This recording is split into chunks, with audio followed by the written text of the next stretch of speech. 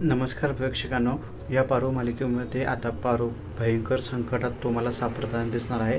तिचा नाईलाजही होतो, ते पुरावे पण नष्ट होतात आणि प्रीतम पण तिच्यावर खूप भडकताना दिसतो. परंतु अनुष्का आसपास असल्याने प्रीतमला तिला काय खरं सांगता येत नाही, त्याच्यामुळे त्याची कोंडीसुद्धा झाली आहे. आणि आता असा प्रकार झाला आहे की ही अनुष्का या गनीला किडनॅप केला आहे. त्यामुळे गनी थ्रू ही आता ती जसं सांगेल तसं वागण्याची सुद्धा शक्यता आहे. आणि या सगळ्या गोष्टीमुळे अहिल्यादेवी सगळेजण तिच्या विरुद्ध सुद्धा जाऊ शकतात, अशी शक्यता निर्माण झाली आहे. तर प्रेक्षकांनो, या सगळ्या गोष्टी जाणून घेण्याआधी अजून जर तुम्ही माझा हा चॅनल मराठी मालिका लवर सबस्क्राईब केलं नसेल तर नक्की सबस्क्राईब करा. अशाच मालिकेच्या नवनवीन व्हिडिओ या चॅनलवर तुम्हाला पाहायला मिळत राहतील. तर प्रेक्षकांनो, तुम्हाला पाहायला मिळेल की पारो गायब झाले असते आणि कोणालाच काहीच कळलेलं नसतं ते कुठे गेले. हरीश घेऊन गेला असतो त्या गनीला किडनॅप केलं तिथं आणि धमकावून ते पुरावे सगळे नष्ट करतो. अनुष्का खुश होते आणि इथे घरातले सगळे वाट बघत असतात, फोन वगैरे लागत नसल्यामुळे. मग अचानक पारो येते. तेव्हा आदित्य, तुला कळतं का, कुठे गेली होती तू, आम्ही कुठे शोधत होतो, तुला समजत नाही का तुला, असं तसं तिच्यावर ओरडताना दिसतोय. तेवढं हरीशसुद्धा तिच्या मागून येतो आणि तो सांगतो, काय नाही, पारो माझ्यासोबत होती. अरे मग सांगता येत नाही का, हो पण आम्ही एकत्र वेळ घालवायचा होता, फोन पण बंद झाला होता. तेव्हा ही अहिल्यादेवी बोलते, हो तुमचं सगळं मान्य आहे, आता तुझी होणारी बायको आहे पारो, तर तुझा हक्क आहे, परंतु आम्हाला सगळ्या गोष्टी सांगायच्या ना. कारण कसं आहे, या अलीकडच्या काळात ज्या काही गोष्टी घडल्या, त्या दिशाने जे काही गोष्टी घडल्या, त्यामुळं आमच्या जीवाला धोका आहे, सगळ्या गोष्टी वाईट घडत आहेत आणि त्यामुळे पारूची आम्हाला खूप काळजी वाटत होती, असं या ठिकाणी आपल्याला अहिल्यादेवी हरीशला सांगताना दिसते. ठीक आहे, यापुढे लक्षात ठेवेल, असा हरीश बोलताना सुद्धा या ठिकाणी इथे आपल्याला दिसत आहे.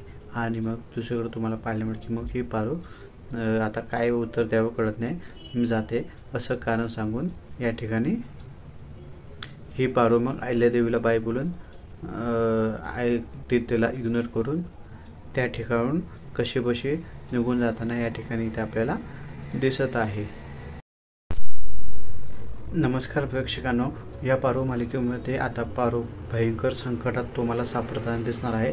तिचा नाईलाजही होतो, ते पुरावे पण नष्ट होतात आणि प्रीतम पण तिच्यावर खूप भडकताना दिसतो. परंतु अनुष्का आसपास असल्याने प्रीतमला तिला काय खरं सांगता येत नाही, त्याच्यामुळे त्याची कोंडीसुद्धा झाली आहे. आणि आता असा प्रकार झाला आहे की ही अनुष्का या गनीला किडनॅप केला आहे. त्यामुळे गनी थ्रू ही आता ती जसं सांगेल तसं वागण्याची सुद्धा शक्यता आहे. आणि या सगळ्या गोष्टीमुळे अहिल्यादेवी सगळेजण तिच्या विरुद्ध सुद्धा जाऊ शकतात, अशी शक्यता निर्माण झाली आहे. तर प्रेक्षकांनो, या सगळ्या गोष्टी जाणून घेण्याआधी अजून जर तुम्ही माझा हा चॅनल मराठी मालिका लवर सबस्क्राईब केलं नसेल तर नक्की सबस्क्राईब करा.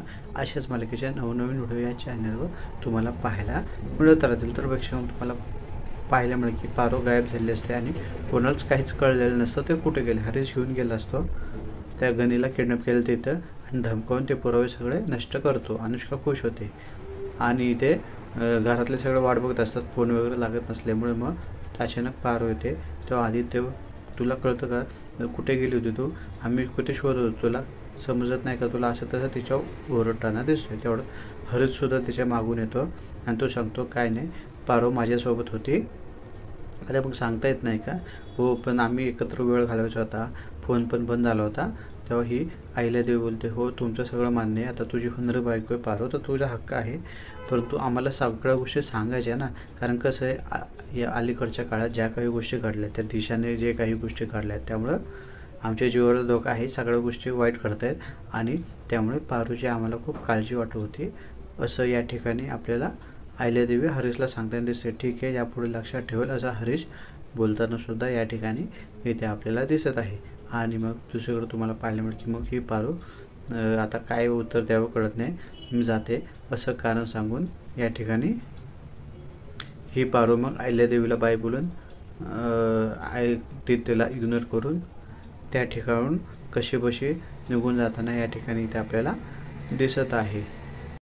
असं परत होणार नाही, पारू असं सांगून निघालेली या ठिकाणी इथे आपल्याला दिसते. आणि लगेच तिच्या मागोमाग या ठिकाणी अनुष्का जाताना दिसते. काय गं पारू, एवढी काय घाबरली, तुझ्या चेहऱ्यावर खरंच खूप भीती दिसते आणि मला हेच या ठिकाणी पाहायचं होतं. खूप दिवसापासून तुझ्या चेहऱ्यावरची भीती बघायची होती. आणि काय, मग गनीला बघितलंस ना, भेटलीस ना त्याला, त्याची आम्ही काय अवस्था केली तू बघितलीस ना. त्यामुळे आता जास्त तोंड उघडायचं नाही, बंद ठेवायचं. माझ्याविरुद्ध जे काही पुरावे शोधतेस ना, त्या सगळे कारस्थान बंद करायचं, नाहीतर या ठिकाणी तुझा जीव ना माझ्या पोपटात अडकला आणि तो गणी आहे आणि तो माझ्या पिंजऱ्यात कैद आहे. त्याच्यामुळे त्या पोपटाचा म्हणजेच गणीचा या ठिकाणी मी कधीही जीव घेऊ शकते, एवढं लक्षात ठेव. माझ्या पुढे जास्त शहाणपणा करायचं नाही, नाहीतर अंजाम खूप वाईट असेल असं बोलताना दिसेल. सगळ्या गोष्टी नीट लक्षात ठेव.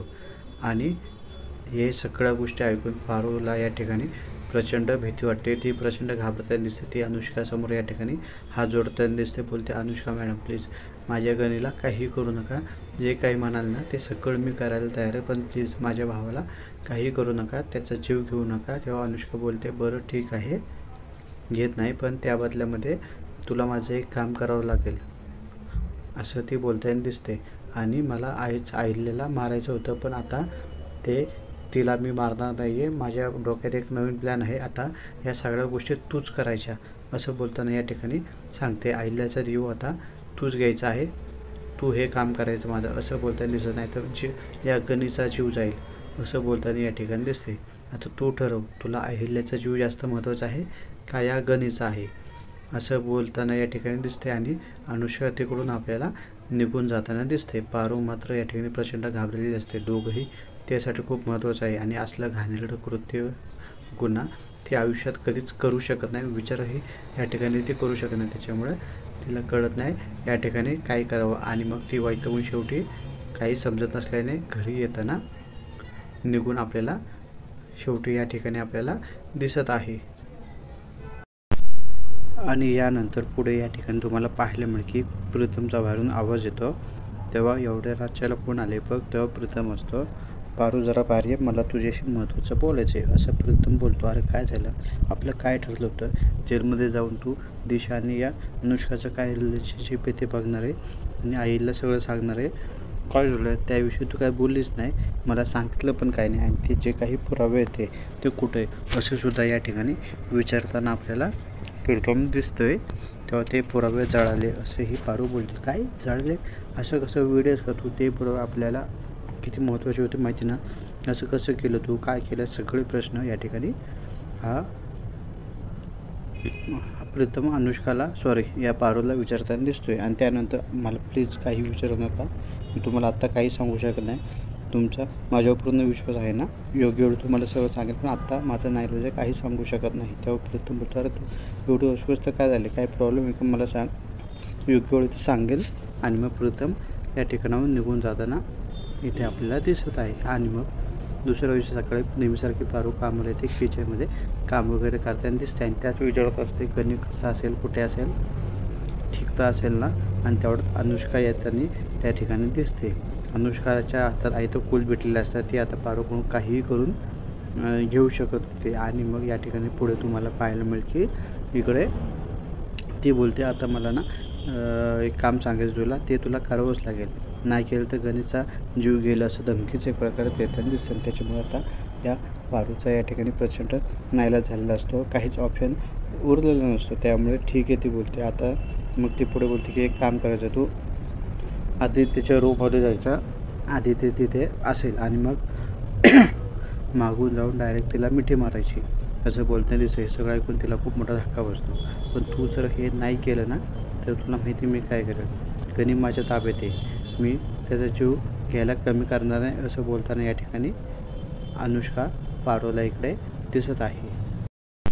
आणि एकदा तू मिठी मारली ना या आदित्यला तर मी लगेच अहिल्याबाईला बोलून आणेल आणि तुला हे दाखवेल, तुला आणि या आदित्यला एकमेकांची मिठी पाहून या ठिकाणी तुझं थोबाड या ठिकाणी ही अहिल्यादेवी फोडेल जसं माझं थोबाड फोडलं होतं. आणि मला हे सगळं बघायला खूप मजा येईल असं सुद्धा ही बोलताना या ठिकाणी इथे आपल्याला दिसते. आता पारूकडे नाहीला असो, तिला हे करण्याशिवाय दुसरा ऑप्शनच नसते. त्यामुळे आता येणाऱ्या भागामध्ये ती या आदित्यला मागून मिठी मारताना सुद्धा दिसते. परंतु हे दामिनी बघते आणि दामिनी खूप मोठा बोंबाटा करते अहिल्या बघायच्या आधीच. त्यामुळे आता पाहू मालिकेत आता येणाऱ्या भागामध्ये आदित्य पारूची बाजू घेऊन काय बोलतोय ते. धन्यवाद.